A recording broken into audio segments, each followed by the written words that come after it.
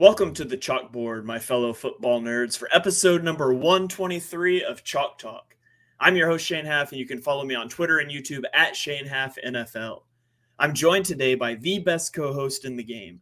You've heard him on the Tough Cover radio show. It is Mark Henry Jr.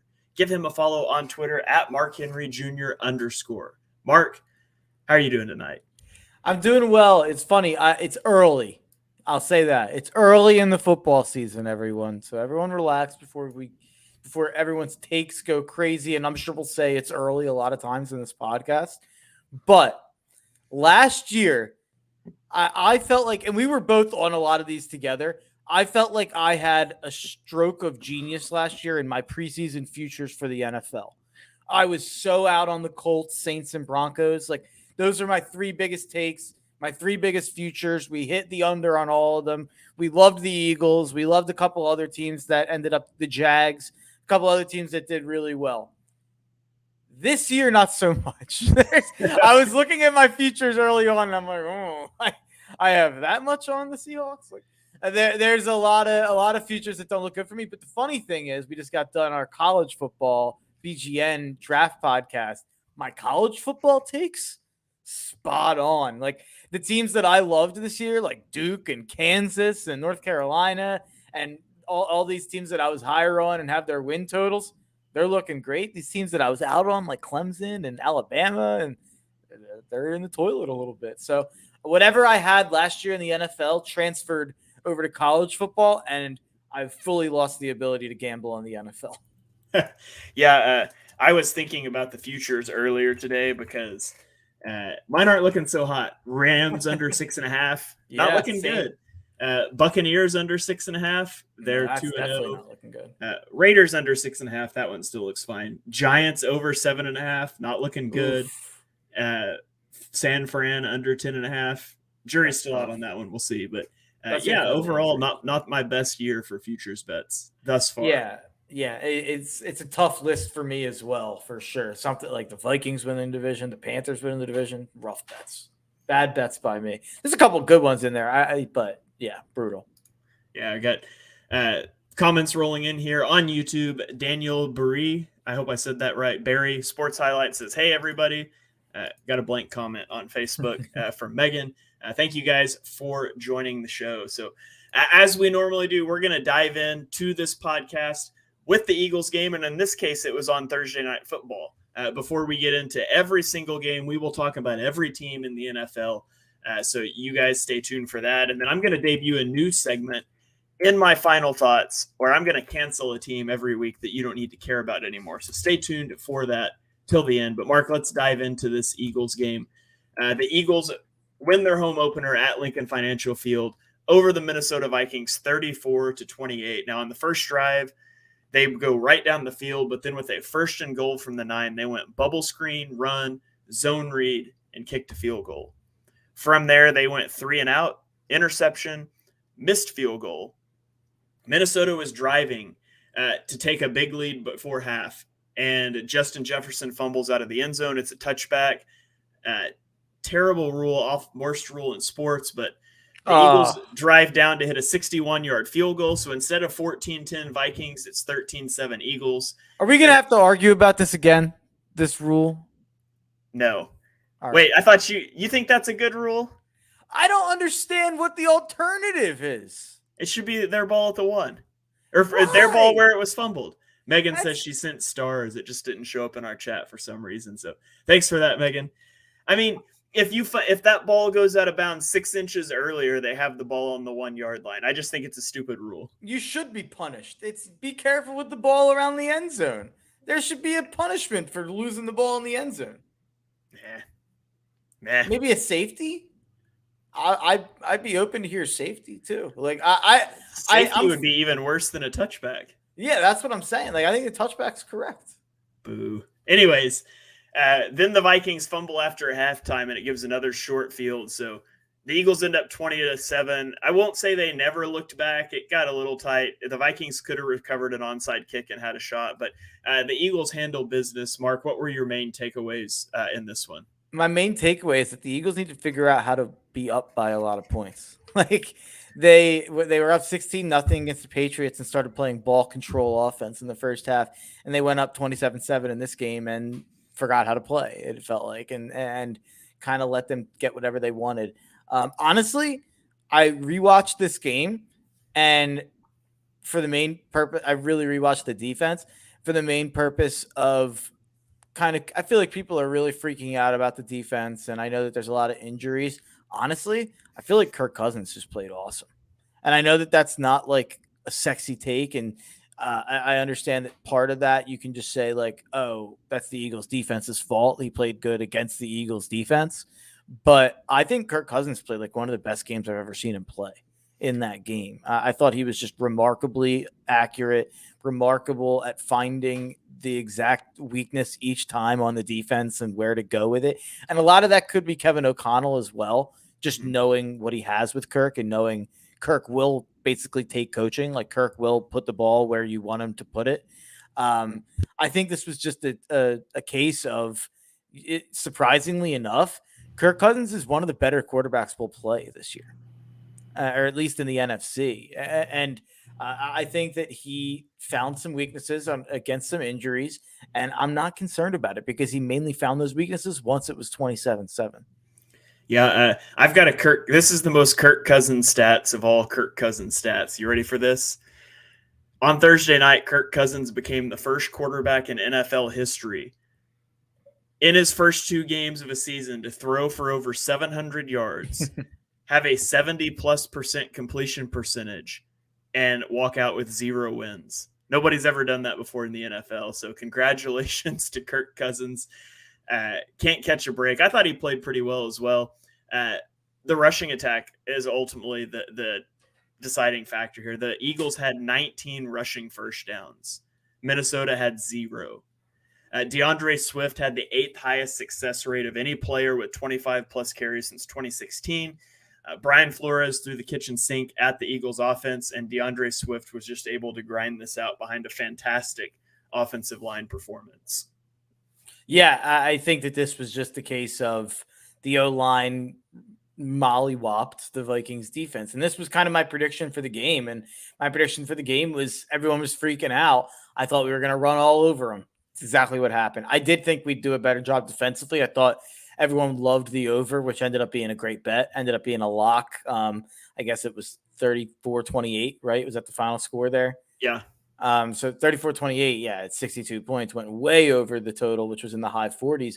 But I actually thought the under was, I didn't bet it, but I thought it was a good bet because I thought we would run the ball, control the game, and it would kind of be similar to last year where the Eagles won 24-7. And it felt like that was where we were going. And then the Vikings offense woke up in the second half, figured out how to design quick drops, figured out how to design ability for Kirk to step up in the pocket. Felt like that happened a lot where they created a little space in the front of the pocket, even if they were letting pressure on the edges. So Kirk would be able to step up and release. And I feel like they were able to figure something out at halftime. And I think a lot of that is just due to having Justin Jefferson and Jordan Addison and TJ Hawkinson and a really accurate, competent quarterback in Kirk Cousins. I think that a lot of that also happened to be once they went up, the pressure went down. They kind of stopped getting pressure, and a lot of that is because of the quicker drops. But I'm not concerned walking out of this game. Like I don't walk out of this game any more or less concerned than I was after week 1. I feel the same way, which is relaxed. It's early. They won the game. They didn't cover this week. I'm trying to think. I don't remember what the spread was because I didn't bet it. I don't think they covered. Yeah, I don't know, but this is not a concerning game to me whatsoever. Yeah, I had money on Jalen Hurts to score a touchdown and Kirk Cousins over 24.5 completions. So I cashed both of those and got out of the game feeling good. Jalen Hurts anytime touchdown is the best value bet in sports. Welcome back to my old friend. Yeah. All right. Anything else that you want to throw out about the Eagles or Vikings before we move on? No, I mean, this isn't a preview show, but man, oh man, Vikings Chargers, loser leaves town, huh? Yeah, that's gonna Yeah, that'll be a fun game to talk about next week. Oof. Yeah, All right. there's no chance that's not an insane game that comes down to the end of the game and someone leaves heartbroken. No Absolutely. chance. Absolutely. All right, let's transition to the Sunday early window slate of games. We'll start off with Green Bay, Atlanta. Atlanta wins this game 25-24. Bijan Robinson has 172 total yards from scrimmage. The Falcons went for it on fourth down 5 times in this game.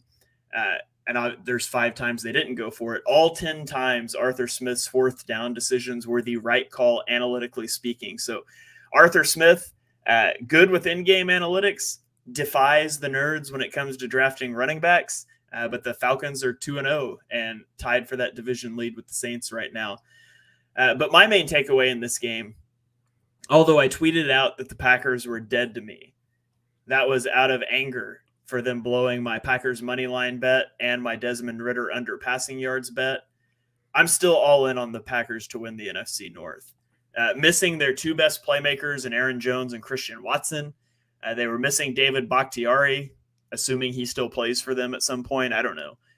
And they were a QB false start on 4th and 1, which if you haven't seen it, go see the Jordan Love false start. That was funny. They were a false start on a 4th and 1 away and then 2 drop picks away from probably beating a team in the Falcons I also picked to go to the playoffs. So I'm not going anywhere on the Packers. I still think they're going to win the NFC North. This is one they're going to wish they had back, though. And this is in a game that they were missing Aaron Jones, Christian Watson, Quay Walker, and you said they were missing Bakhtiari as well. Mm-hmm. I think there was someone else on defense outside of Quay Walker that I'm not remembering as well that they were missing. So a lot of missing pieces here for Green Bay, and I felt like Green Bay outplayed Atlanta, to be quite honest. Atlanta just got the ball last, and kind of. I felt like they did a good job holding the ball at the end and wasting a lot of time and kicking the field goal with like a minute left and not really giving Green Bay a chance. Fun stat here. Games with 3+ touchdowns. Aaron Rodgers in 2022 won. Jordan Love in 2023, 2 so far. I thought you were about to say Aaron Rodgers in 2023, 0. 0. It'll stay that way too. He's not coming back in the playoffs. Don't ask me about it. Oh my God, that's such a stupid piece of news, by the way. But fun fact, Jordan Love is the number 2 quarterback in fantasy right now after 2 weeks. Who is number 1, Shane? Tua? Kirk Cousins is the number 1 fantasy quarterback after 2 weeks. Wow. There you go. So he's not only the first quarterback to throw 700 yards, 70% completion and not win, he's also the number 1 quarterback in fantasy. Yeah. There's also some chart out there with Jordan Love. His EPA per play on early downs and late downs is like both top in the league. You're like right there with Tua, if not top in the league. So, yeah, Jordan Love looks like a player. Looks like a guy I'm in on. Like I like what I see from Love. I'm pretty sure he had a rough second half here. I think he had a rough fourth quarter, but he did, yeah. Yeah, outside of that, I thought he looked really good in this game overall. Yeah, if Jordan Love is good and the Packers make the playoffs, this is going to be like my master stroke of preseason predictions. It'd be a great call. That would be a great call for sure. I'm already mad that I didn't bet it. I didn't bet them to win the division, and I should have. The odds weren't that crazy on it, to be honest. Yeah. So, all right, let's go on to our next game. It is the Las Vegas Raiders at the Buffalo Bills. They get blown out 38-10. My 2 main takeaways from this game both center around the running game, and it's that the Bills can run the football now. Apparently, James Cook had 127 yards on 17 carries.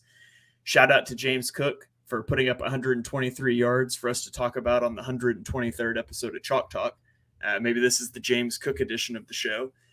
And then the other one is Josh Jacobs can't run the ball. He finished with -2 rushing yards in this game, which is the fewest rushing yards in a single game by a reigning rushing leader in NFL history. So rough day out there for Josh Jacobs. Great day for James Cook. Yeah, Josh Jacobs. I'm trying to find the tweet here from the offseason. Josh Jacobs had historic amounts of carries last year. And generally when that happens, it doesn't get followed up well the year after. We've seen this a long time, dating back even to like Jamal Lewis. Only 1 out of the 10 players to lead the NFL in touches in the last decade ended up with more than 1,000 rush yards the following season. Was it Adrian Peterson? I actually don't. I don't have the outlier, Okay. but that sounds like it might be right. It's probably him or Henry, I'd imagine. It's probably Henry. Actually, now that I'm talking it out, last decade, it's probably Henry. Jacobs also had 340 carries last year. Only 1 of 6 running backs since 2010 had 340 plus carries, had over 1,075 yards the next season. So it seems like he might have been used up last year. And this is kind of why you don't pay running backs. Like they can go like that running backs can lose it in the snap of a finger. Just watch Zeke. There's been a ton of them over the years. But anyway, I think the main takeaway from this game should be that the Buffalo Bills, all the rumors of the Buffalo Bills and Josh Allen's demise were greatly, greatly exaggerated. They have an issue with the Jets. They need to figure that out. Saleh has something figured out with Josh Allen. The other teams in the NFL haven't figured it out.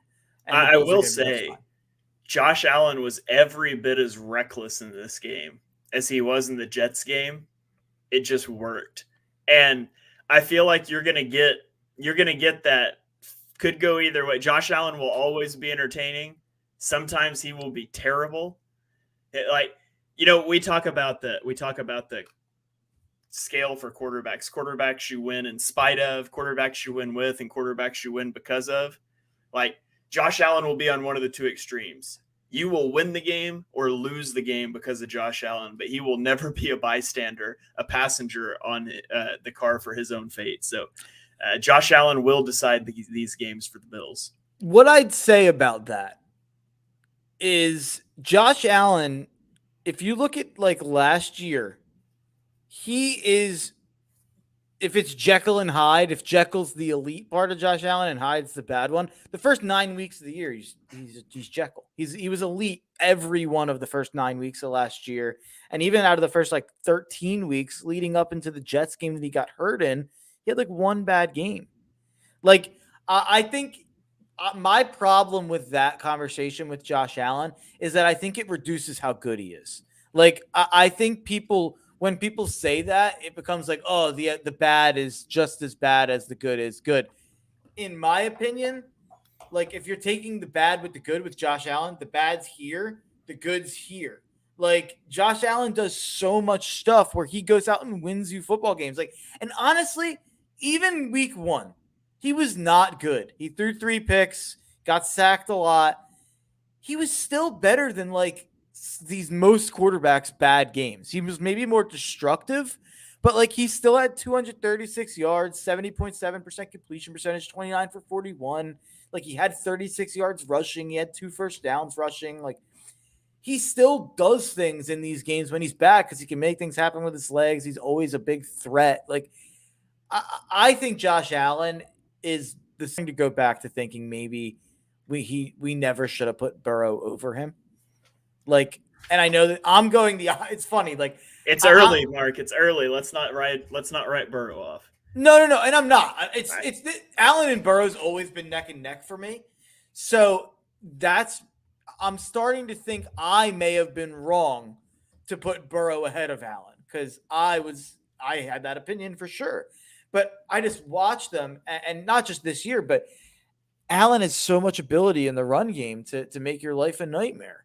And even if he doesn't run it, just to throw it, like that's just, I don't know. It's hard, and my opinion on that'll change by the week, I'm sure. But it's funny because everyone else is going the opposite way on Josh Allen, and it feels like I'm buying all the Bills and Allen stock I can get. I think they're a legitimate Super Bowl contender, and I might end up going in and putting in a future. The problem is we're going to talk about a different team in the AFC in a minute. Yeah. Well, speaking of Joe Burrow, let's get into it here. We've got our next game on the slate is Baltimore at Cincinnati. Baltimore wins this game 27-24. Mark and I told you guys for years, Lamar Jackson is a legit passing quarterback who was never given the opportunity to run a traditional passing offense. Lamar Jackson's 0.26 EPA per play so far this year, as he's getting used to a new offensive coordinator, would have ranked third in the NFL last season behind Patrick Mahomes and Jalen Hurts. Lamar Jackson in this game was 13 of 19 with 2 touchdowns when targeting slot receivers. That is his second most slot targets in a game in his career. You know why? The Ravens didn't used to have slot receivers because they went heavy personnel with fullbacks and tight ends and ran the ball. Lamar Jackson is playing incredibly.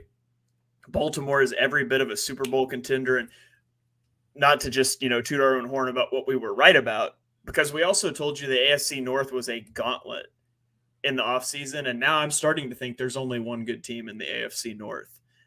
I'm not sure. Joe Burrow pulls up on his calf during this game. He's still hurt, and the Bengals rushed him out there to start 0-2. 60% of Cincinnati's drives have ended in 3 and outs this season. He is 6 of 21 on passes of 10-plus air yards in the year, and none of them have gained more than 20 yards. They're not explosive. This isn't the Eagles, who have a talent advantage on the offensive line and in the running game. Like, Joe Burrow has to be 100% for this team to be good, and he is now likely more injured than he was 2 weeks ago, and the Bengals are 0-2. I'm officially worried about the Bengals.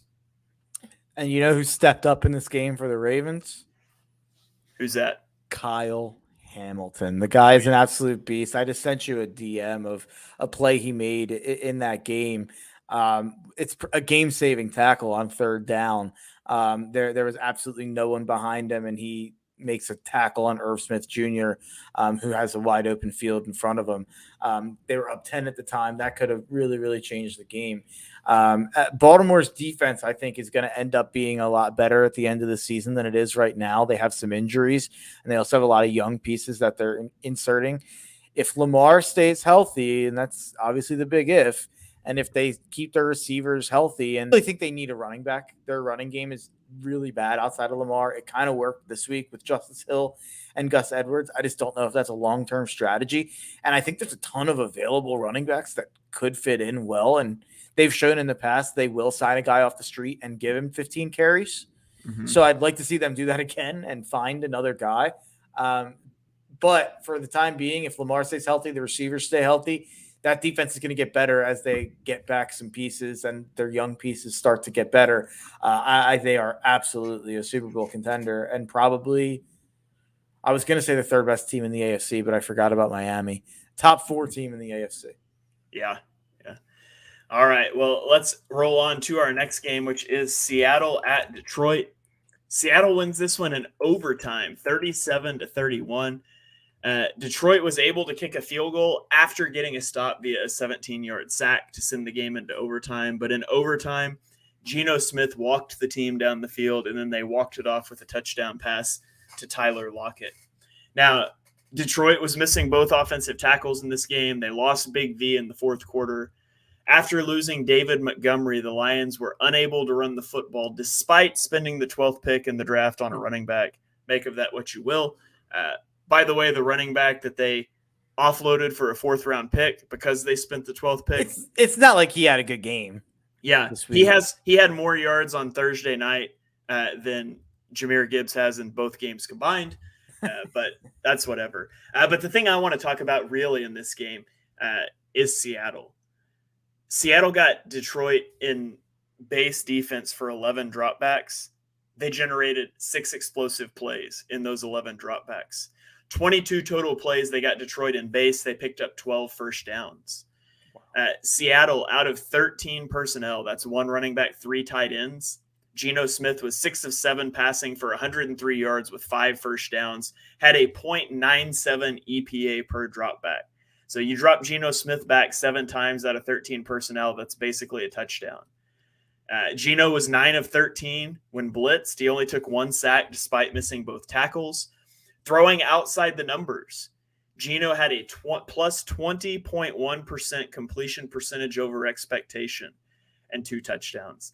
Geno was throwing darts all game, and I really like to see them bounce back after a rough week 1 outing, obviously losing both tackles. I'm not ready to say that they can't win their division.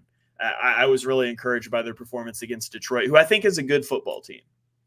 I This was big for me on in a number of ways. I did not bet this game, but I was very high on Seattle coming into this year and lower than consensus on Detroit coming into this year. So this is one of those games that affirms some beliefs that I have, at least, or at least makes me feel not as stupid as I would have felt if Seattle would have started 0-2 after I predicted them to go 13-4.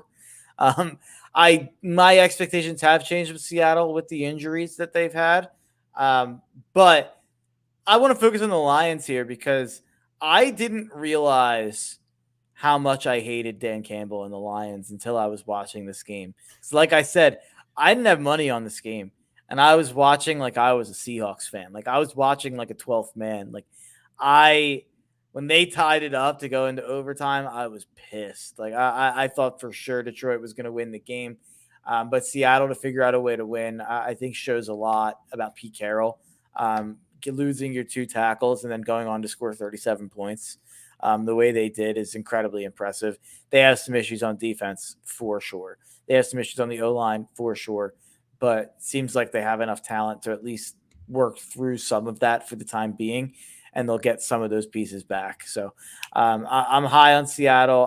I'm back on the bandwagon. I was hanging off of it after week 1 because you know how low I am on the Rams still. But yeah, I'm back on. And real quick, just want to say everyone that proclaimed the NFC North to the Detroit Lions after they won by 1 point against the Chiefs when the Chiefs were missing their second and third best player and had 4 drops from Kadarius Toney, with one of them going into the hands of a Lion for a pick 6. I don't know. I hope you're not feeling great after losing a home game to a team that just lost both their top tackles. All right, let's roll on to the next game. It is the Indianapolis Colts at the Houston Texans. Indianapolis wins this game 31-20. Anthony Richardson started the game strong before exiting the game with a concussion in the second quarter. Gardner Minshew stepped in and led consecutive 75-yard touchdown drives to build a 28-10 halftime lead. The Colts harassed C.J. Stroud all day, who I thought still played a good game, but they sacked him 6 times. They hit him 9 times, and Stroud lost a fumble in the game. All in all, I thought it was a good showing for both of the rookie quarterbacks, even though Richardson's was abbreviated. And really, that's what this season is all about for these two clubs, is developing those rookie quarterbacks. Yeah, no, and I wanted to pull this stat up. Laramie Tunsil was inactive in this game. Mm-hmm. Houston was already missing its starting right tackle, Titus Howard, who's out until week 5. Their left guard, Kenyon Green, who's on season-ending IR. Their center, Juice Scruggs, who was drafted this year and is now on short-term IR. Their backup center, Scott Quisenberry, who is on long-term IR. And their backup for Tunsil was replaced by Josh Jones, who got hurt in this game. Goodness. So just an idea of what's going on with the Texans' offensive line. I think C.J. Stroud played incredibly in this game, given those circumstances. And given who he's throwing to. And I mean, I talk about the sacks and the fumble, but he was 30 of 47 passing for 384 yards and 2 touchdowns, did not throw an interception, a 103.5 QB rating. Like, those are good numbers. And then when you add the context of, he's a rookie quarterback, he has no weapons, and the entirety of his offensive line is hurt, I thought it was a pretty impressive performance. Yeah, I'm looking for another stat here too, and of course I can't find it now. But yeah, C.J. Stroud, second most pass completions in the first 2 career games of his career at 58. There was another stat. Of course, I can't find it now, but C.J. Stroud has been really, really good over these first 2 games, even if his team is even way farther back than I thought they were from being at all competent. Yeah. Another fun stat from this game. Anthony Richardson had 2 rushing touchdowns in the first quarter of the game. Mark, do you know who the last Colt to do that was? The last Colt? Sam Hellinger? I don't know. No. Edgerrin James back in I didn't know if you were 1999. I thought it was a quarterback. So I was thinking quarterbacks that run on the Colts. Yeah. It's not Peyton. Yeah. Yeah, it was. So he's the first guy to do it since Edgerrin James 24 years ago. So impressive stuff there. Obviously, he's got to figure out how to finish a game. He left the game in week 1 with an injury as well. So That is a concern, but he's been fun to watch play so far. Trevor told him. Trevor said, "You can't keep taking these hits, man. You got to get down." Mm-hmm. And then he gets hit again, and this is the second straight week that he has a suspected concussion.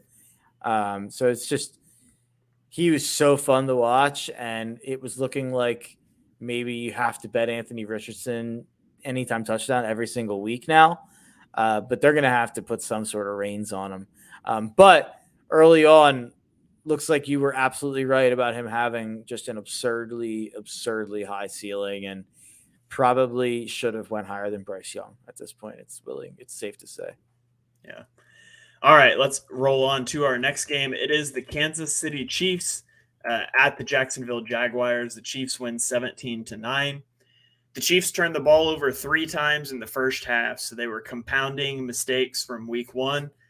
But then they rallied for a touchdown drive right before half to take a 7-3 lead, and ultimately they end up winning the game. The Chiefs lost the turnover battle 3-1 in this game. They lost the penalty battle 12-2. Including 5 flags on right tackle Jawan Taylor, who everybody pointed out he was lining up illegally in week 1. Apparently, he can't play if he can't do that. 5 penalties in this one. He was benched during the game and then later came back. But the Chiefs got Chris Jones back, and it made their whole pass rush better. He and Felix Anudike-Uzomah teamed up to strip sack Lawrence. Jones also had a 4th down sack earlier in the game that was good. The Jags offense just struggled. They got into the red zone twice in the 4th quarter, and they walked away with only 3 points. Trevor Lawrence was 0 of 7 passing in the red zone. And if the end zone was 11 yards deep instead of 10, he would have thrown 2 touchdowns. It was just a game of inches they kept missing. But at the end of the day, the Jags are 6 of 24 on 3rd downs this season, and they're 1 of 5 on 4th downs. They just cannot convert on late downs, and it's handicapping this offense. Yeah, I think that the Jags freak out session that I've seen is going too far. Is what I'd say, because I think, like you said, they just missed a couple touchdowns here. The guys just got their feet down. They would have been touchdowns, and the offense was elite in week 1. I thought that the offense looked incredible for most of week 1. Calvin Ridley looked elite in week 1. They have to figure out the running game a little bit, but I know that there's people freaking out about Press Taylor. I think the Jags are just fine. The takeaway from this game is that we're all screwed if the Chiefs have a top 5 defense, and I think that might be the case. And it seems like they are finally kind of reaping the benefits of a couple of years ago, or last year, really. They made the decision of, all right, we are going to pour our resources into the offensive line and into the defense, because we have Patrick Mahomes and we don't have to worry about skill position guys besides Travis Kelce. So they poured draft picks into the offensive line and defense. What have they done with those? They've drafted Creed Humphrey and Trey Smith on the offensive line. Both my guys. Yeah, you loved both of them. Both have been elite. George Karlaftis, who has been great. Willie Gay, who's been great. Nick Bolton, who's been great. Leo Chenal, who's stepped up. L'Jarius Sneed, who's been great.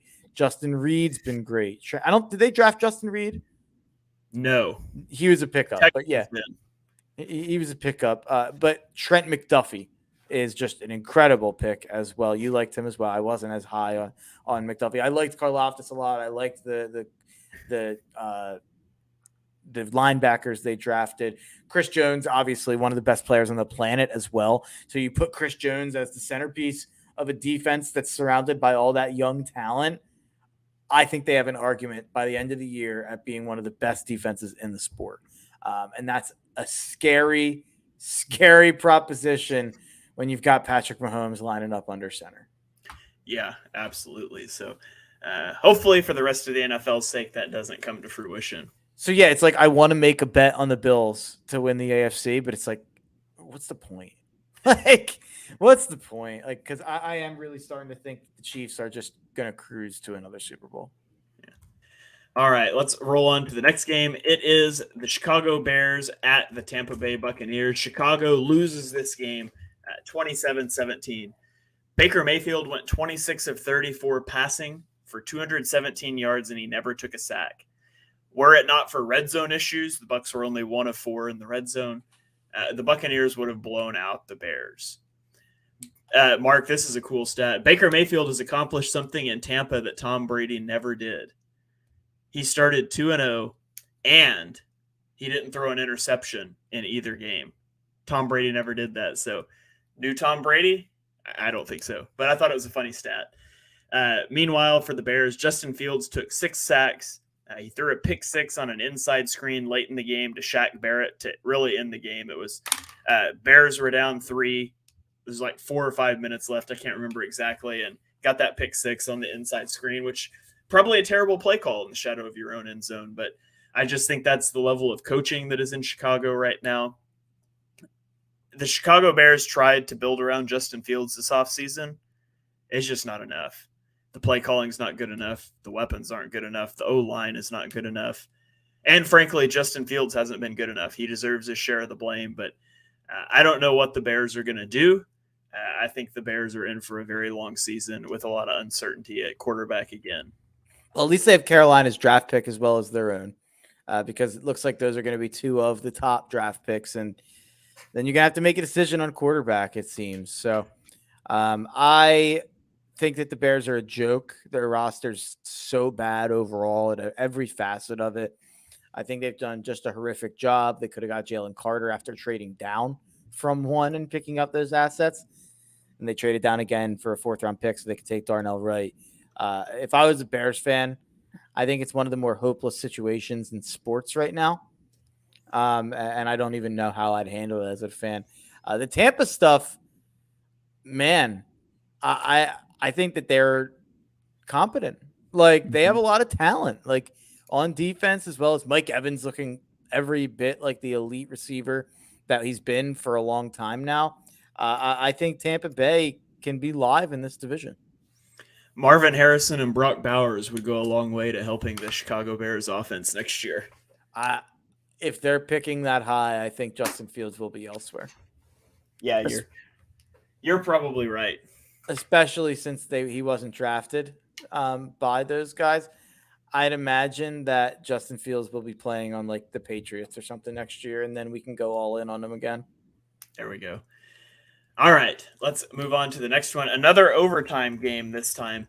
We have the Los Angeles Chargers at the Tennessee Titans. The Titans win in overtime 27-24. I'm trying to decide if I want to do this now or later. I'm just going to do it now. So the Chargers punting on 4th and 2 from Titans territory, like the 40-yard line early in the game, in a game that goes to overtime. You didn't think you want to try to pick that up?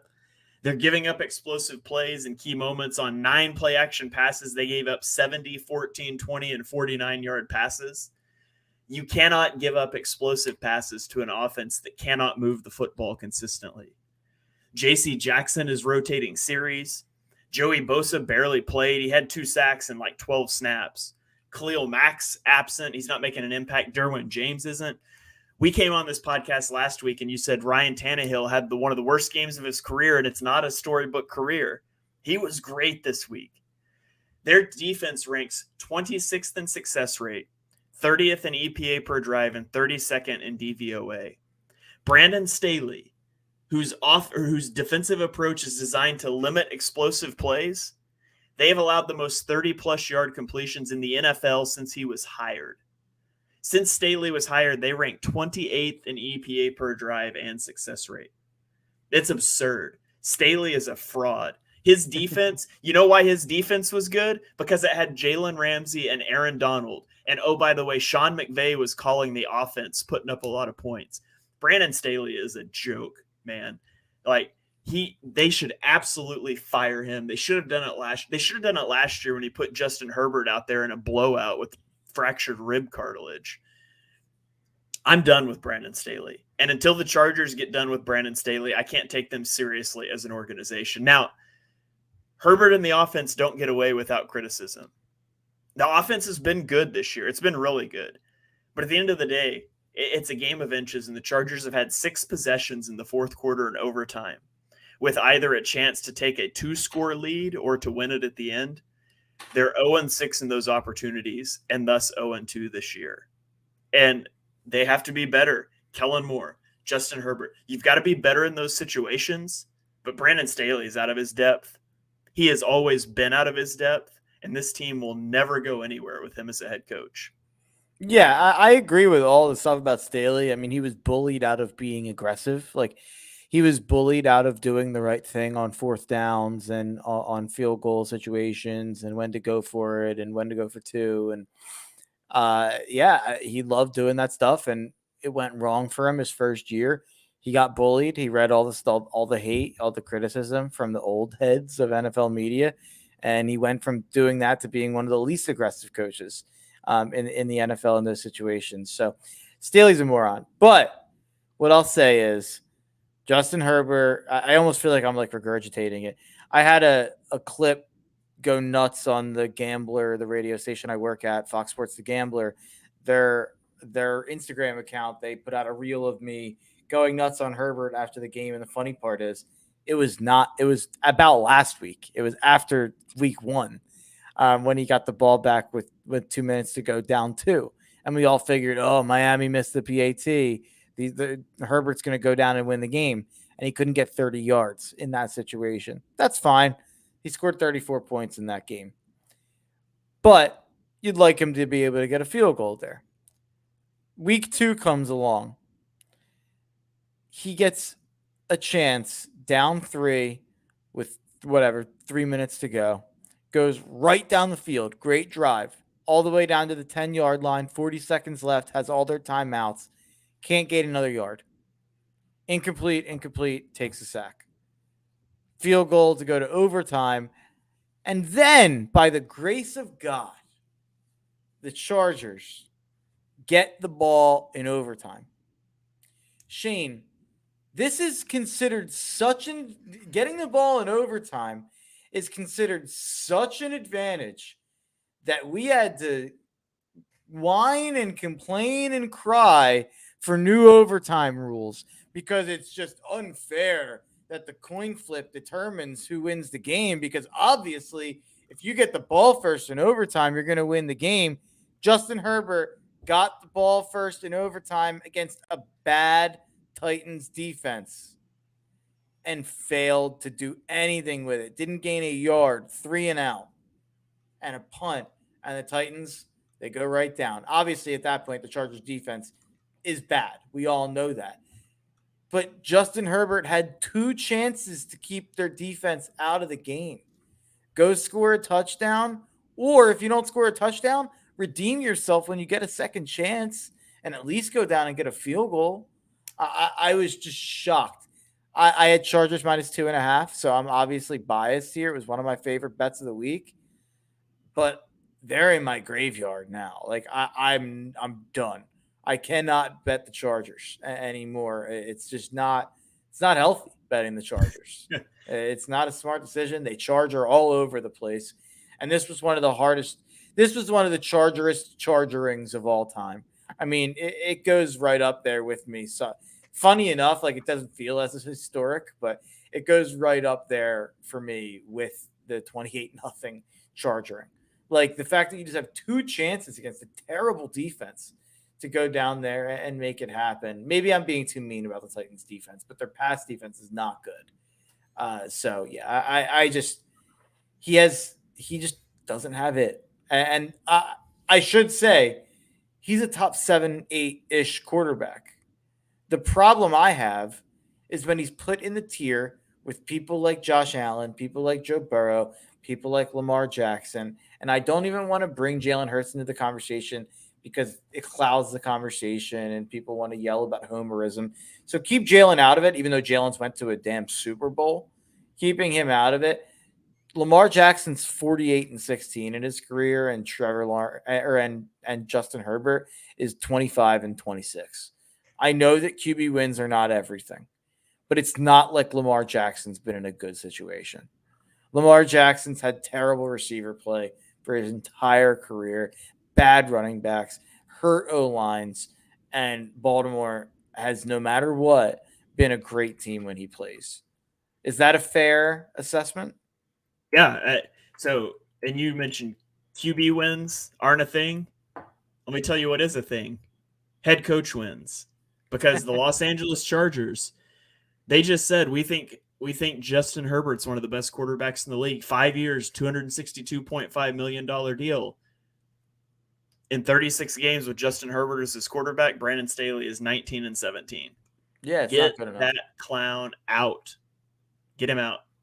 Totally agree. No, I'm totally with you. What I don't want to see happen, and I've already seen it, is people complaining about Chargers play calling. Kellen Moore is one of the greatest offensive coordinators in the sport. If I were making like a top 5 to 10 of play callers I would want to lead my team, he'd be on that list. And that has nothing to. If you fired Brandon Staley and made Kellen Moore the interim head coach tomorrow, I would pick the Chargers to go to the playoffs. Absolutely. Or that would be a good step in the right direction at the very least. I think Kellen Moore's a genius. So maybe I'm wrong there. Maybe I'm overrating Kellen Moore. That has nothing to do with me trying to undercut Justin Herbert by giving Kellen Moore credit. But I've long been a Kellen Moore guy. Like, I thought that the Dallas decision to get rid of him was stupid.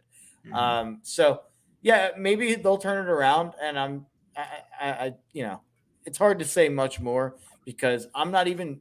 The problem that I have with the conversation that I'm getting killed on Instagram for, I don't go on Instagram, so it's easy to avoid it.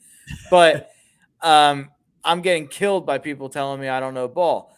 But the problem I have is I'm not saying anything that crazy. I'm not saying the guy stinks. I'm not saying that the guy's not great. I'm not saying the guy's not uber talented. What I'm saying is I need you to accomplish something before you're put on the level of Josh Allen, who's won year after year after year. Joe Burrow has been to a Super Bowl and has won 2 years in a row consistently. And Lamar Jackson, who 48-16 speaks for itself as a record. And as well as Jalen Hurts, who's 20-1 now in his last 21 starts in his career. And he's went to a Super Bowl. Again, I understand that everything is based on circumstances. Everything is based on the team you're on.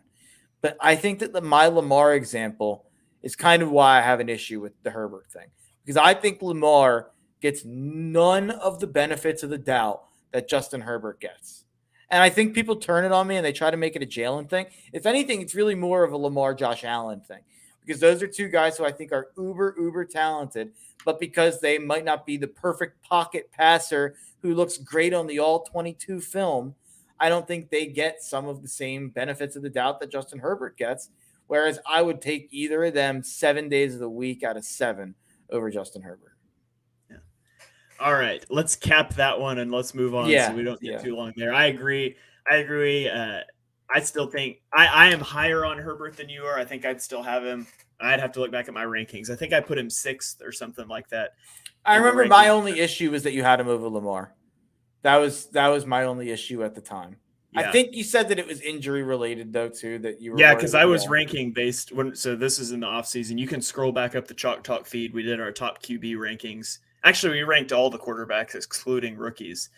I was factoring in injury concerns because I'm taking like who I want right now. So like, I'm not moving Aaron Rodgers down the list because he's old, just who I think the best quarterbacks are right now. And so I had Lamar down some for health concerns. And I'm very high on Lamar. And if I knew for sure he's going to be healthy, I would have had him higher on that list. Yeah. Okay, let's move into the Sunday afternoon slate. Let's kick things off with it's kind of a wild game, but the New York Giants at the Arizona Cardinals, they win 31-28 after trailing 20-0 at halftime. They scored on the first 3. They went into the locker room. The GM for the Cardinals was like, hey, Jonathan Gannon here. We hired you to lose all the games because we want the first pick. And Jonathan Gannon was like, no problem, I can do that. And so the Giants scored on the first 3 possessions of the second half. They cut the lead to 28-21. They tied it at 28 with under 4.5 minutes to go, forced a punt, and then drove to set up the Graham Gano game-winning field goal.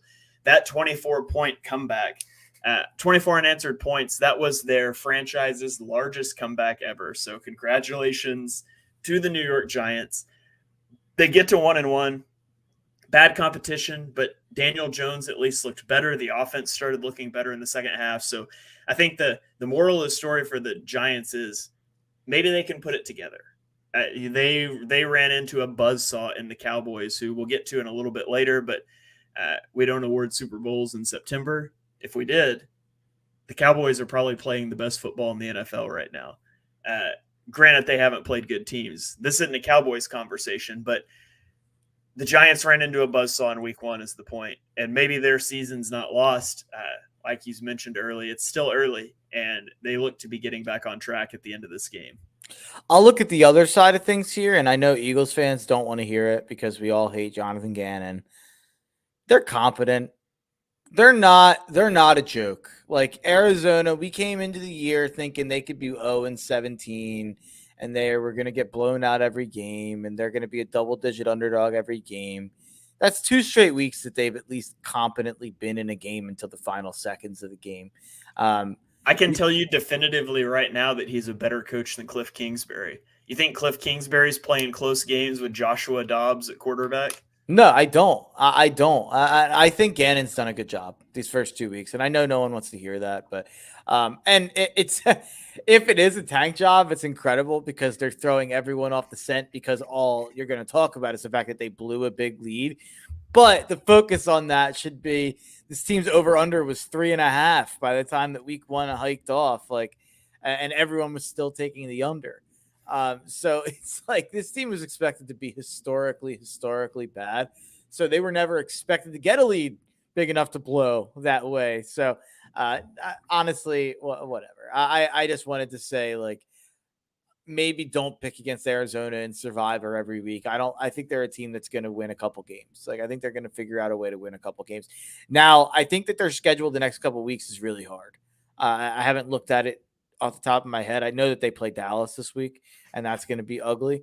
But besides that, I think it gets hard and then eases up a bit. I don't think they're totally incompetent. And Josh Dobbs is pretty good. Yeah. By the way, like, can Dallas just play a decent football team? Like, I think Dallas is really good. I just want to see him play a decent football team. By the way, you mentioned their schedule. They go Dallas, at San Francisco, versus Cincinnati the next 3 weeks. Oof, that's brutal. But by the way, you could say the exact same thing about the Eagles. and the Dallas plays a good team before we do because I mean Tampa's 2-0, so we play a 2-0 team next week. Wink, wink. But I don't feel too worried about the Eagles' next 4 games. Yeah. It's a pretty easy stretch here. Then we get Miami, which is, I think that's going to be a nightmare of a matchup. Did I tell you I'm going to that game? In Philly? Yeah, first Eagles game. I might be going to that game as well. Nice. We need to meet up, but we can plan that off the podcast. Either way, we'll meet up. But if that's the case, that's really funny. I know I'm getting 1 game this year. I think it's that one. But that's going to be a tough game. I truly believe the Eagles will be 6-0 at that point. And I think the 49ers and Cowboys will be 4-0 when they face each other in week 5. I cannot wait for that game. So I can't. Do you know where that is? No, but I can look it up here in a minute. I don't care where it is because I will be hammering the San Francisco 49ers in that game. Yeah, it is week 5. It's at San Francisco. Yeah, I will be hammering the San Francisco 49ers. What do you think the spread will be? I feel like it'll probably be -3. Like, they'll probably just say these teams are even. San Fran, you get 3 for being home. Yeah. Maybe if it was this week, I would say it's like -1.5. San Francisco -1.5 because they just played the close game against the Rams. Yeah. The Cowboys have looked unstoppable. I think that's an overreaction to beating up on Zach Wilson, though. Yeah, it's a little less close than the score would indicate, as we'll get to in a minute. Yeah. So, well, let's talk about it. It is the San Francisco 49ers at the Los Angeles Rams. The 49ers win 30-23. I thought the Rams gave the 49ers all they could handle. They scored their first 3 possessions, had 16 first downs, and they led 17-10. And then the moment I thought changed the game, the 49ers opting for a QB sneak on 2nd and goal from the 1 with 1 second left before half. I think in a lot of years past, Kyle Shanahan would have kicked, and he didn't, and they converted the first down or the touchdown. They took the lead into half. In the second half, the wheels kind of fell off for the Rams. Stafford was intercepted twice. One was absolutely not his fault, off a receiver's hands. It's fleeting my memory now what happened on the second one. But the 49ers end up winning. Both were Van Jefferson's fault. Okay, yeah. Yeah. So shout out to Sean McVay, who, like I did, obviously took the Rams +7 for kicking a field goal while down 10 at the end so I could get the push on that one. It saved my whole weekend, man. So shout out to Sean McVay. For reality, though, I tweeted that, and I had a whole bunch of people in my comments being like, they were obviously they bet the 49ers or something, and they were really upset. They're like, NFL needs to look into that, blah, blah, blah. It's like, I mean, honestly, what happens is you can't win the game, so you're practicing a 2-minute drill, get in field goal range, and hit the field goal situation. Like, that's what's going on in that situation. But I heard someone say it's like a fourth tiebreaker, like the point differential. Yeah, point differential is a tiebreaker as well. I was kind of joking and laughing about it until I heard that, and I'll just say Sean McVay's crazy enough to think about that. Like the photo memory and all that type of stuff. Like that's absolutely something Sean McVay would think about. Yeah. Puka Nacua season continues. He had 15... You mean Puka Doncic? What? I know you don't get the reference. Do you know who Luka Doncic is, Shane? Oh, I recognize the name, but no. Yeah, he's like one of the best basketball players on the planet. He's like the, I don't know. He's like the Justin Herbert. It's actually not a bad comp. He's like the Justin Herbert of basketball. He's had a little bit more playoff. So he's way better than you think he is? Nah, I actually love Luka. It's probably not a great comp. I'm trying to think who would be better. Who had like a little playoff success? Like, he's Josh Allen. I'll say he's like Josh Allen. He's like Josh Allen. But Luka's one of the best players in the world. His name is Luka Doncic. So I've started calling Puka Nacua Puka Doncic. That's my nickname for Puka. Okay. Well, so he's got 15 catches, 147 yards. Woo! He broke the NFL record for most receptions in his first 2 games. So, man, I don't know. The Rams have been fun to watch. When they get Cooper Kupp back. Cooper Kupp, Puka Nacua could be a fun little tandem for Matthew Stafford to work with. Not to mention, his name is blanking me at the second. Oh, Tutu Atwell, who is Sean McVay's guy, who now has 13 catches for 200 yards on the season. He's been like a fantasy darling. He's got 17 targets already on the year. Sean McVay basically held his GM at gunpoint to draft Tutu Atwell. Apparently, everyone in the Rams front office, it's funny that this got out, but the Rams front office was apparently very skeptical of Tutu Atwell because of probably because of his size. And I was very skeptical of Tutu Atwell. I'm curious. I'd be curious to see where we had him ranked because I liked Tutu, but I was worried about the size for sure. That was 21, right? Would that have been 21? Yeah, I can't remember. Yeah. I don't have draft sheets from that year. That was back when we were posting everything on the painted lines, and it's gone now. I should have downloaded it all before it shut down. I have and will continue to have spreadsheets of our rankings for 2022, 2023, and on, though. Yeah, and I have some tweets I can probably go find if we put out some rankings. So, but Tutu was a guy who was electric in college. And I could see why Sean McVay would have fallen in love with them. And I think there's a chance Sean McVay does everything in his power to prove that draft pick correct for the rest of the season, since it is his guy. I mean, he was like a 3rd-round pick, right? They took him pretty high. Yeah, I think it was 3rd. 3rd-round pick. That's basically like the highest draft pick they've made in the last decade. Yeah, that's like a first for them. The other thing I was going to mention on this game, a potential flaw, weak spot for the 49ers offense is Brock Purdy's downfield passing. On 7 attempts of 15-plus air yards in this game, he only threw 2 on-target passes, including overthrowing 2 surefire touchdowns. So that's per Sports Info Solutions charting. So Brock Purdy, his downfield accuracy, he's a yak merchant, and he executes the offense well, but that is something to watch. In a close game, against a better opponent, you can't be leaving 2 open touchdowns on the field like that. And by the way, one last thing on this game, Kyren Williams, shout out. He is just going to be a fantasy superstar for the rest of the year. I will forever beat myself up for letting his 40 time back me off of how much I liked him, because I loved Kyren Williams. And then he ran his 40, and I was like, oh, no. Yeah, same here. I still kept him higher than a lot of people would have, and a lot higher than he went in the draft. But Kyren Williams was a guy who I obviously was biased and loved. He's probably like my favorite offensive player that I ever watched at Notre Dame, at least until this year. I loved Kyron Williams so much at Notre Dame, and it doesn't shock me at all that he's worked himself into a role here in the NFL. Just goes to show, like, I mean, he's having a ton of success, and he's not very fast if you look at his 40 time. Yeah, that was 2022 draft, right? Yeah, I had him way too low. I'm already depressed about it. Yeah, you had him at 88. And I'm sure I had him at like 50 beforehand, but I had him at 95. Yeah. I also took a little bit of a stand that year where like I didn't have any running backs in my top 80. That's true. Breece Hall was 86 for you. He was your highest point. I had Breece Hall and Kenneth Walker 42 and 43. Yeah, I was not high on Hall or Walker. I kind of had all the running backs together, so that's probably why I had them all lower than I should have, to be honest. Yeah. I was taking a weird like anti-running back stand that year. Not that that's weird, but I went too far.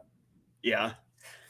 All right, let's move on to the next game. It is the aforementioned Dallas Cowboys beating up on the Jets 30-10. Dak started this game with 13 consecutive completions.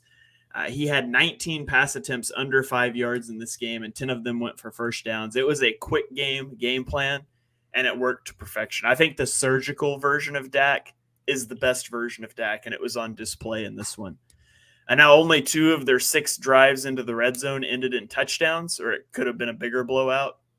So the Cowboys dominate the game. The Jets' offensive line, it's just so bad. Like, you did your whole Titanic, being on the Titanic, and you see the iceberg that is the travesty that's the Jets' O-line, and you know you're probably going to hit it. Well, here's the Jets' offensive lineman rankings right now. Their offensive tackles rank 47th and 54th out of 54 in terms of pressure rate. Offensive guards are 36th and 45th out of 56, and their center is 27th out of 27 qualifying centers. So the offensive line's awful. Micah Parsons had 2 sacks, a forced fumble, 9 pressures, and 3 tackles for loss. Meanwhile, Zach Wilson completed 44% of his passes, tossed 3 picks, and had a 38.1 passer rating. Brutal. I feel like I don't have a lot to say on this game other than like Cowboys defense good, Zach Wilson bad. Like that's pretty much that's pretty much the take on the game. The Jets need to do whatever they can to figure out a way to get Kirk Cousins in MetLife Stadium by week 7 before the season is lost. Before Zach Wilson throws away your season. You have an elite roster. You already mortgaged the future for Aaron Rodgers. Why not just go mortgage it again? Go get Kirk Cousins. Kirk Cousins surely he's not going to cost that much. Last year of a deal. You don't think he would get a first round pick? No. I think that would be kind of like that's Minnesota's leverage is that they just don't have to do it. They don't, but they're 0-2. He's on the last year of his deal, and he's not going to be there next year anyways. Like, I don't think you got to get a first round pick. You might if it was today. In 2 weeks, Vikings 0-4. I think you can get Kirk Cousins for a second. But I think there's going to be a couple teams that would be calling. That might be true. Like the Falcons might give a call, maybe. Like they're 2-0. If Ritter continues to not really look good, like they might think about it. Like there's a couple teams out there that would think about it. I think so. Yeah. I do think you could drive the price up. That's possible. Yeah. So you're saying you like Brissett to the Jets? I mean, I like Kirk better. Yeah. Brissett, I think you could get Brissett. I mean, you could definitely get Brissett cheaper. He's not even starting. Yeah. If you're talking about a backup, I know that it's like, I'm not trying to be funny, but I truly, honestly believe that Jameis is the best option. Yeah. Like the highest ceiling available is Jameis. I would take Jacoby over Jameis.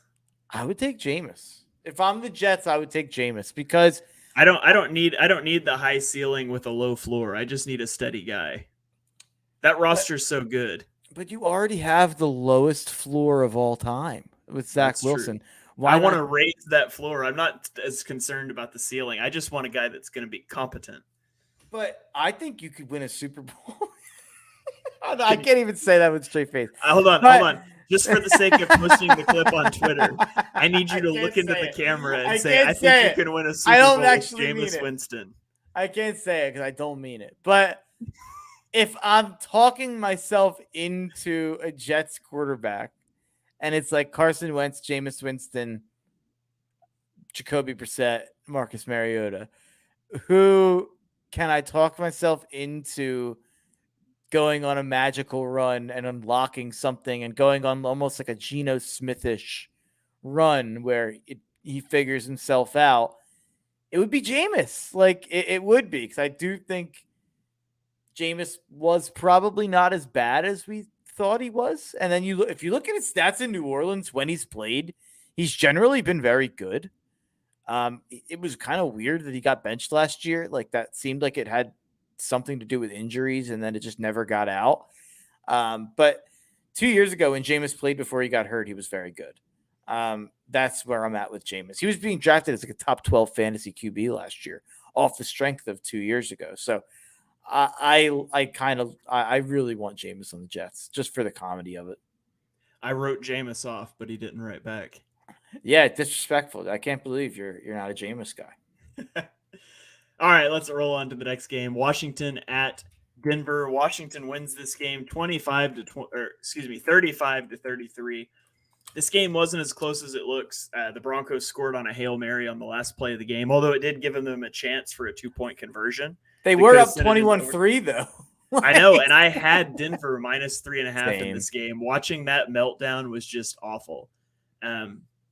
Commanders struggled early, but the offense came alive, scoring near the end of the first half and then putting up 3 touchdown drives in the second half. Sam Howell was 27 of 39 for 299 yards and 2 touchdowns. He became the first quarterback in Commanders history. And this isn't doing like a cute thing where they've only been the Commanders 2 years, like in franchise history, to win his first 3 career starts. Meanwhile, Russell Wilson's going to be Russell Wilson. Washington sacked him 7 times in this game. Yeah, I kind of don't know what to think about this game for Denver. They obviously put up 33 points. They were up 21-3. They looked elite in the first half. They were using Russ's deep ball skills to the best possible ability. And then they just totally forgot how to play. I saw someone say, like, Russ realized he had his deep ball back and got so enamored by it that he totally forgot how to run an offense. And I don't even know what else to say. Just a bizarre game. I truly don't believe in the Commanders still. I think they're bad, and I think they're going to get blown out this week by the Bills. But it's a heck of a win for Washington, and it is an absolutely hilarious way to lose, to score a touchdown on a Hail Mary and then fail to get a 2-point conversion on a quite obviously missed pass interference in the end zone because the refs want to go home. Sean Payton and losing games on missed pass interference calls. Yeah, I didn't even connect the dots there. But yeah, that was a bad missed call. That he got mugged in the end zone before the ball got there. That was shocking. Yeah. All right, let's roll on to Sunday night, where we had the Miami Dolphins and the New England Patriots. Miami wins 24-17. The Patriots were able to limit Tyreek Hill to 40 yards coming off his 215-yard performance in week 1. I mean, maybe he was just tired. I don't know. He ran a lot in week 1. But Raheem Mostert picked up the slack and rushed for 121 yards on 6.7 yards per carry, including a 43-yard touchdown in the fourth quarter. The Patriots shot themselves in the foot with a fumble in the first quarter that killed a drive. And then later in the game, Mac Jones was intercepted by Xavier Howard. So they had chances in this game. Mac Jones was sacked 4 times. The ending of this game was kind of funny. Fourth down, Mike Gesicki. I don't know if you saw this. Mike Gesicki catches the out route. He stood up short of the sticks. And in desperation, he turns and just tosses it to a lineman, to Cole Strange. And I thought Cole Strange got the first down. They reviewed it, and he didn't. I was really pulling for that one, but it doesn't work out. Miami ends up with the win 24-17, and this is the first time the Patriots have started 0-2 since 2001. Mark, do you know what happened in 2001? They won the Super Bowl. They won Super Bowl 36. So look out. the New England Patriots, with their loss to the Miami Dolphins, an in-division rival, just put the rest of the division on notice. Yeah, this is one that was. I mean, they had a chance to drive to tie the game at the end, but the Dolphins felt much more in control of this game than the scoreboard would have suggested at any point. It just felt like they were the much better team. And Belichick was able to keep it close, and they were able to, get the ball back with an interception at the end of the game on a bad throw by Tua. But other than that, Tua was pretty perfect in this game. It seems like they've found a running game with Raheem Mostert that they just didn't have last year. So Miami, as long as Tua is healthy, is every bit of a Super Bowl contender. Yeah, absolutely. Defense has to get better, though. Even though only gave up 17 points, not an impressive showing from the defense. But, Fangio, he's got a full season to work with him. Sure. New system and all that. Okay, let's get on to the dual Monday night games. Mark, you would think with 4 teams playing on Monday Night Football, there could be one competent offense among them, and there wasn't. These were 2 awful games to watch. But let's start with the New Orleans Saints at the Carolina Panthers. New Orleans wins 20-17. Awful offensive performances. Bryce Young is being pressured a ton, and he just doesn't have wide receivers to help him out. I thought in the preseason that the Panthers could contend for this division. That's no longer the goal. The goal is figuring out how to course correct before Bryce Young starts to ingrain bad habits that come from constant pressure, constant sacks, having no receivers. Like, that's priority 1. They should consider making a move for a receiver, in my opinion. And it's not a go win now move. It's a don't run your rookie quarterback that you traded everything to go get. Meanwhile, the Saints, their defense is top notch, and they could ride that to the division. They don't have much of an offense, but their D is so good. Derek Carr in this game had a passer rating of 65.5. Prior to this game, he was 0-25 when he had a sub-70 passer rating. So this was his first win with a sub-70 passer rating.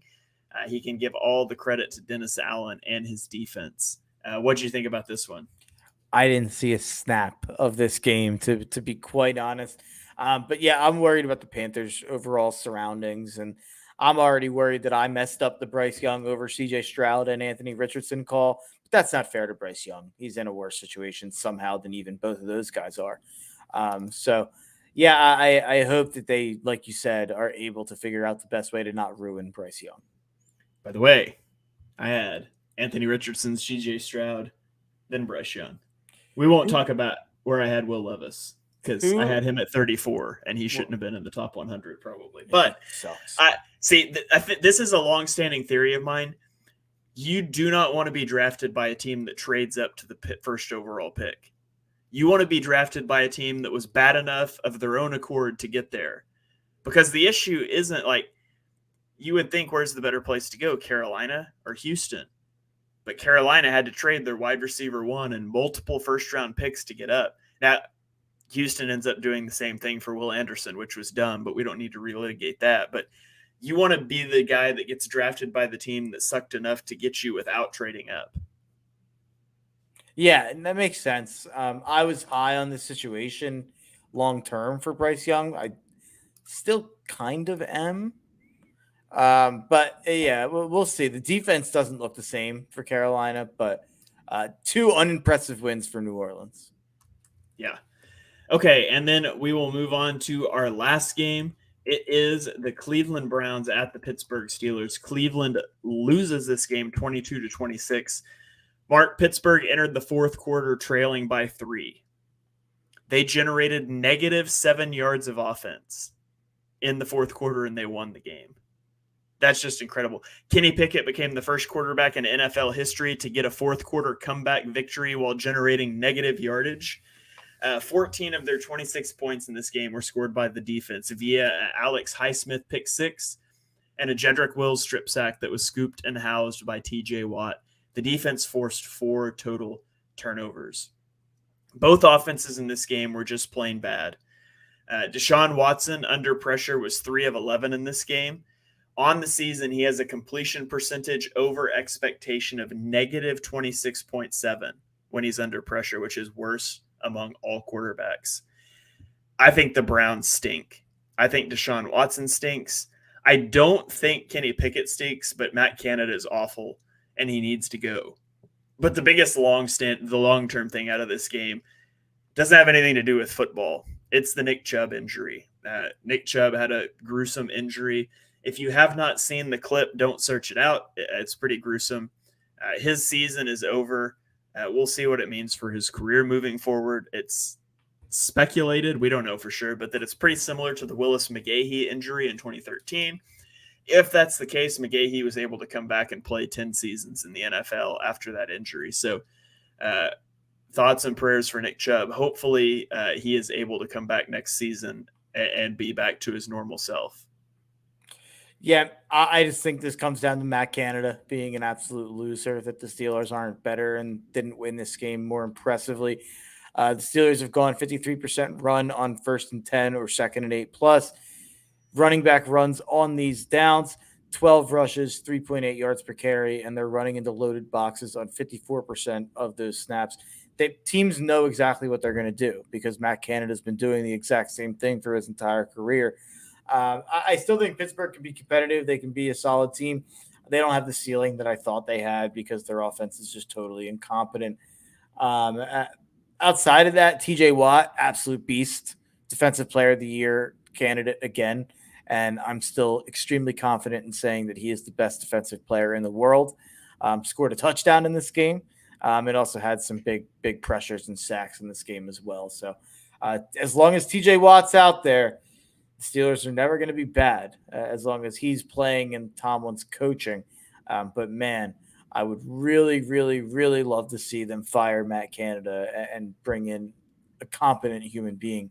But Mike Tomlin's been defending him harder than ever. You know, people overestimate their capability when it comes to, like, sport things. They'll see, like, a kicker miss an extra point. It's like, I could have made that. Well, maybe before they moved it back. Or I could have made that throw. And that's all ridiculous, but legitimately, Steelers, call us up. Fire Matt Canada. I'm fairly certain Mark and I could call an offense that would at least be as good as what's being trotted out there on Sundays. Maybe even just a little bit better. Yeah, it's Madden. It's just I ask Madden. It'll be better. You could just like spin a randomizer to call plays, and I think it might work out better. So, all right. Well, I forgot because there's a second team in this game. I was just searching my brain for the other take that I wanted to have. I was like, I wanted to say something else. It's late, folks. Deshaun Watson. Yikes. That's all. I mean, just yikes. Like, imagine painting yourself with a black eye of being the organization that just has no morals and doesn't care and will give the fully guaranteed contract that no one's been willing to give anyone to a horrible, horrible monster of a human being. And then that guy stinks at football. Like it's everything you deserve, Cleveland. Yeah, here's Deshaun Watson's stats and rankings through 2 games. I tweeted this out today. He is 31st in completion percentage, 30th in yards per attempt, 30th in passer rating, 30th in EPA per play, 26th in success rate. But you know what he's first in? What? Shoving officials. He should have been ejected from that game. Absolutely. So, all right. Well, that is going to about wrap this one up. Let's throw it over to final thoughts. I'm going to lead us off tonight, and I'm going to be using my final thoughts this season. Each week, I'm going to cancel a team. Just a team you don't need to care about anymore, a team you don't need to watch. Maybe I'll do it every week. I'm going to try to, but maybe some weeks there won't be a team that disappoints me. But this week, I am canceling the Los Angeles Chargers. And if you don't know why I'm canceling the Chargers, you can just skip back to about 37 minutes into this podcast when I went on my whole rant about Brandon Staley. I reserve the right to uncancel the Chargers if they fire Brandon Staley, but until such a time as they do, I am no longer interested in the Los Angeles Chargers. I'm searching through my brain. Okay. My final thoughts are going to relate to the 2024 NFL Draft, and it's going to relate to the number 1 pick conversation.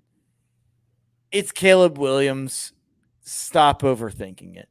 I've randomly heard this kind of surge for like, oh, is it Caleb Williams? Is it Drake May? Is it Shador Sanders? Like, it's Caleb Williams. Caleb Williams is starting to be on a Trevor Lawrence level for me of top 2 quarterbacks I've ever evaluated.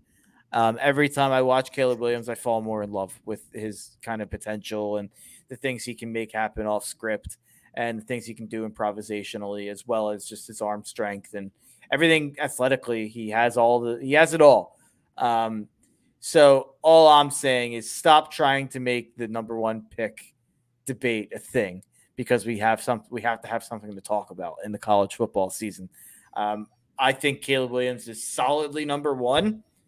And I think just as solidly as Caleb Williams is number 1, Drake May is just as solidly number 2.